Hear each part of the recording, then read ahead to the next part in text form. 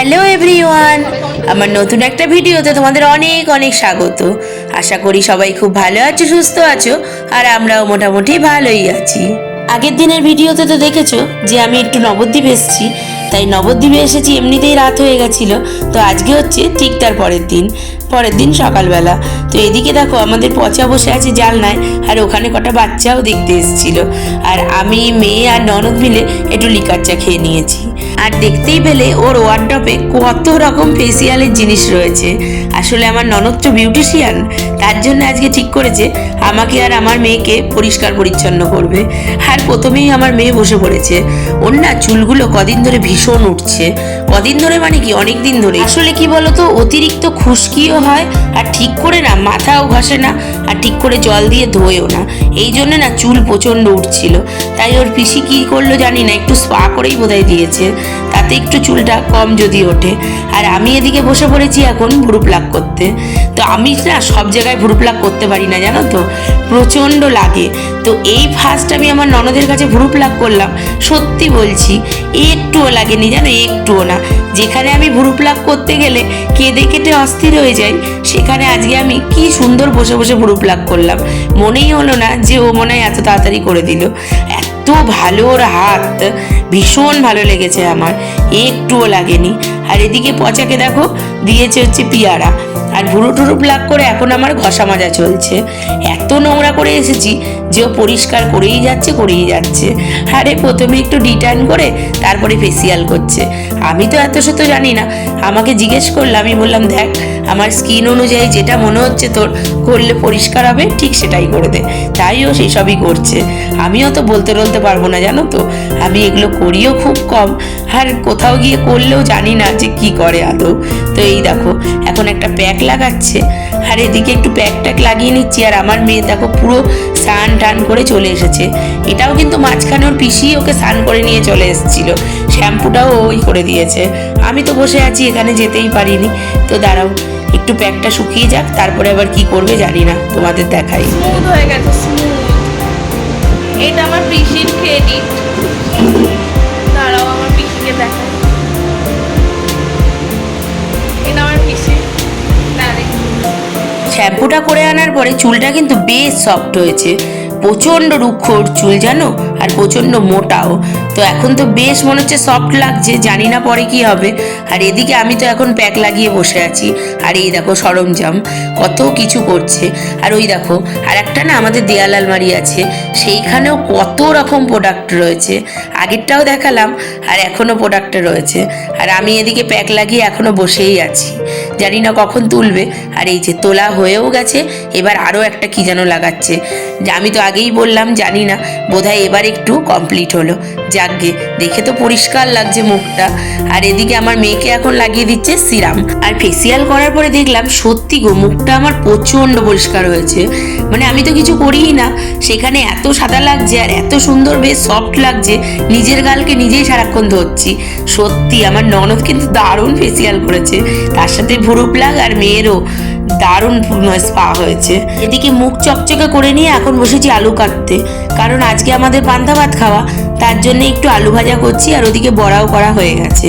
তো আমার ননদ তো অনেকক্ষণ ধরে এইসব করছে, তো আমি বললাম দেখ তুই যা স্নানটা করে নে, আমি আলু ভাজাটা বসিয়ে দিই। তো আমি ওদিকে আলু ভাজাটা করেও নিয়েছিলাম।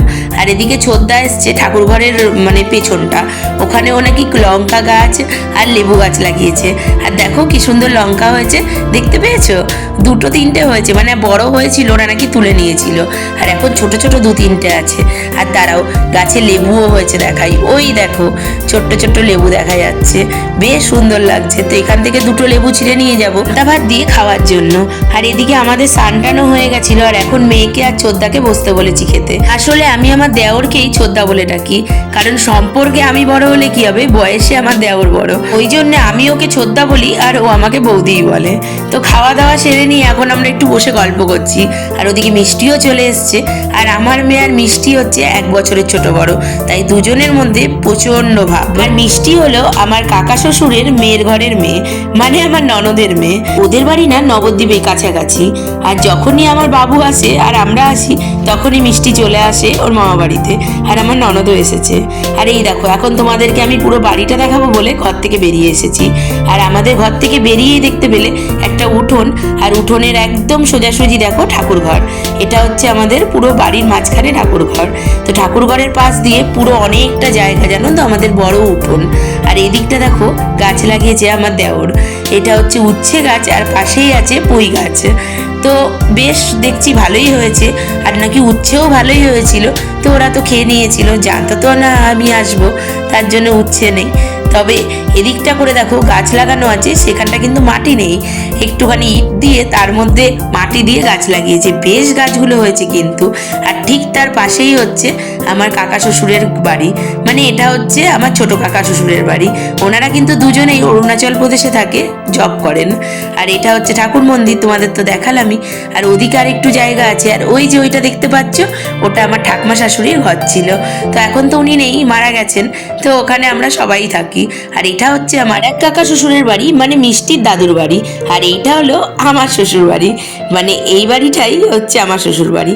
তো এটা পুরোটাই তো আমাদেরই বাড়ি, যেহেতু আমাদের বাড়িটা অনেকটা জায়গা জুড়ে আর মাঝখানে অনেকটা উঠোন, সেই জন্য এই বাড়িটা কিন্তু আমার ভীষণ ভালো লাগে।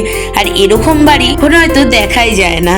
আর এরকম মেন রোডের ওপর এত বড় বাড়ি, তার ওপর এরকম বড় একটা উঠোন, আর চারদিক দিয়ে সবার ঘর, এখনকার দিনে তো বিলুপ্তই হয়ে গেছে। আর এত সুন্দর জায়গায় আমাদের বাড়িটা, না কি বলবো। ঠাকুর ঘরে পড়ে গেছে সন্ধে, তাই আমি তোমাদেরকে একটু দেখাতে আসলাম।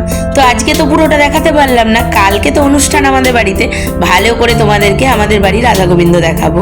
আর এখন চলে এসেছি মেন গেটের সামনে, মানে একদম ঠাকুর মন্দিরের পাশ দিয়েই এটা আমাদের মেন গেট। আর মেন গেট থেকে বেরিয়েই দেখো বড় রাস্তা। কিন্তু আগের দিন তো তোমরা হয়তো দেখেছো যে আমাদেরকে টোটোটা ঠিক ওইখানটা দাঁড় করিয়েছিল। তো এইটুকুনি তো হেঁটে আমরা চলেই এসেছিলাম। তো এই দিক দিয়েও টোটো যায়। এখানে কিন্তু ওরকম স্ট্যান্ড বলে কিছু নেই, মানে টোটো সবসময় যাতায়াত করছে। যখন ইচ্ছে তখনই তুমি টোটো পেয়ে যাবে। আর চারদিকে বিরাট বড় বড় বাড়ি, আর সামনে না একটা স্কুলও আছে, মানে এটা হাই স্কুল। তো দেখিয়েই দিলাম তোমাদেরকে আমাদের বাড়ির সামনেটা। আর এখান থেকে এখন যাব ভেতরে। তো চলো আস্তে আস্তে ভেতরের দিকে যাই। তবে মনে হচ্ছে একটা ঠাকুর যাচ্ছে বোধহয়, প্রচণ্ড আওয়াজ হচ্ছে, তার জন্য না আবার দাঁড়িয়ে পড়লাম। ওই দেখো, দেখেছো, ঠিকই বললাম। আর নবদ্বীপ শান্তিপুরে তো 12 মাসে 13 পার্বণ। এখানকার মানুষ না একদম এনার্জি লস হয় না, সবসময় পুজো হয়েই যাচ্ছে, আর এরকম বাড়ির সামনে দিয়ে ঠাকুর যাচ্ছেই। তাই জন্য এখানে একটা আনন্দ উৎসব সবসময় লেগেই থাকে। তো চলো ভেতরে যাই। বেশ অন্ধকারও হয়ে গেছে জানো।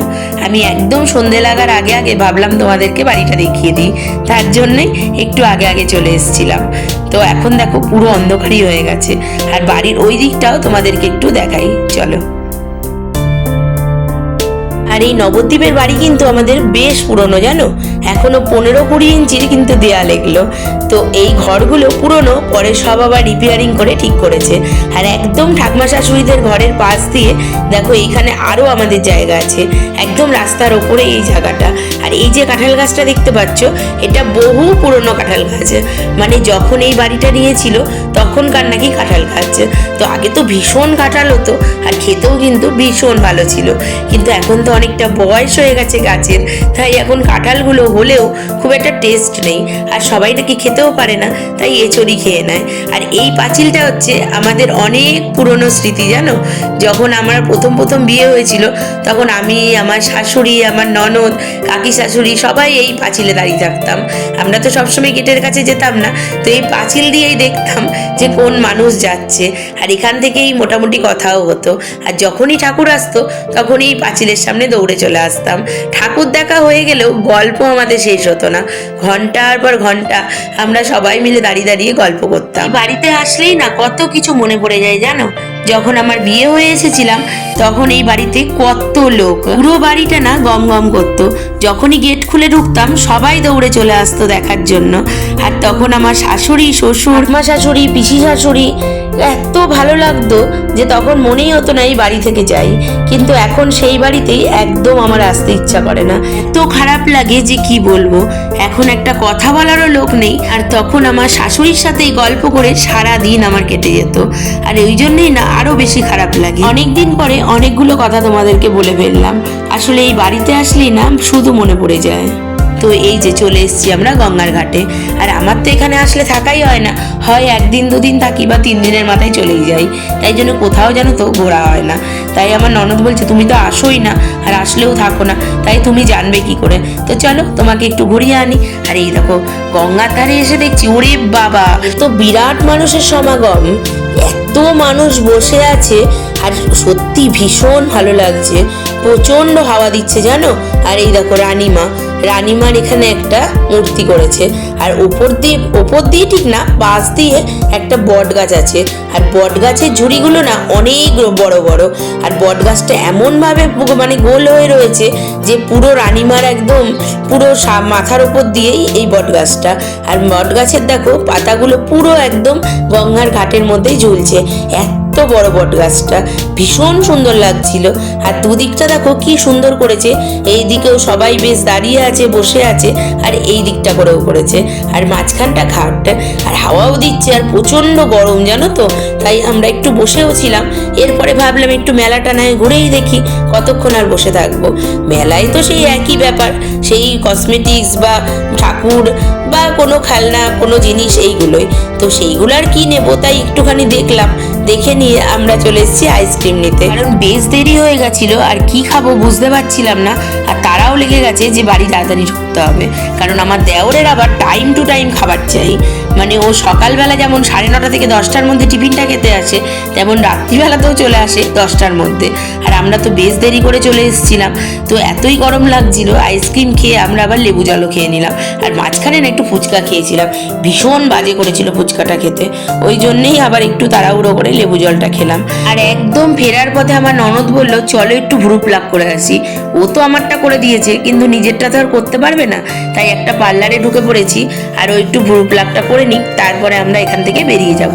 আবার বাড়ি গিয়ে জানো তো রান্নাও আছে, কারণ দিনে তো আমরা পান্তা ভাত খেয়েছিলাম, তার জন্য রাত্রিবেলা কি করব বুঝতে পারছিলাম না, তো আমার ননদ বললো একটু পরোটা করো, কারণ আমি তো এখানে থাকি না আর পরোটা করাও হয় না, তাই জন্য এই যে আটা ময়দা মেখে নিয়েছি, আর আমার ননদ এখন আলু চচ্চড়ির আলু কেটে দিচ্ছে, তো ওদিকে পরোটা আর আলু চচ্চড়ি করে নেবো, তাহলেই হয়ে যাবে আমাদের রাতের ডিনার। আর খুব তাড়াতাড়ি করছি জানো তো, যদি ছোদ্দা চলে আসে আর যদি খাবার না হয় তাহলেই ওর মেজাজ গরম হয়ে যাবে, একদম কিছু বুঝবে না, চেঁচামেচি শুরু করে দেবে, ওর জন্যই না এত তাড়াহুড়ো আমাদের। রান্নাটা যা শেষ হতে না হতেই চলে এসেছিল আমার দেওর, তাড়াতাড়ি করে ওকে খেতে দিয়ে দিয়েছিলাম, আর আমিও সবকিছু কাজকর্ম সেরে গাটা ধুয়ে ঘরে চলে এসেছি। তো গরম লেগে গেছিল যে গা ধুয়ে এখন আগে ঠান্ডা হবো, তারপরে আমরা 3 জন খাবো। তো চলো আজকের মতো ভিডিওটা এখানেই শেষ করছি, সবাই খুব ভালো থেকো, সুস্থ থেকো, সাবধানে থেকো, আর ভিডিওটা ভালো লাগলে অবশ্যই একটা লাইক করে দিও, আর চ্যানেলটাকে সাবস্ক্রাইব করে আমার পাশে থেকো। আবার আসবো নতুন একটা ভিডিও নিয়ে, ততক্ষণের জন্য টাটা।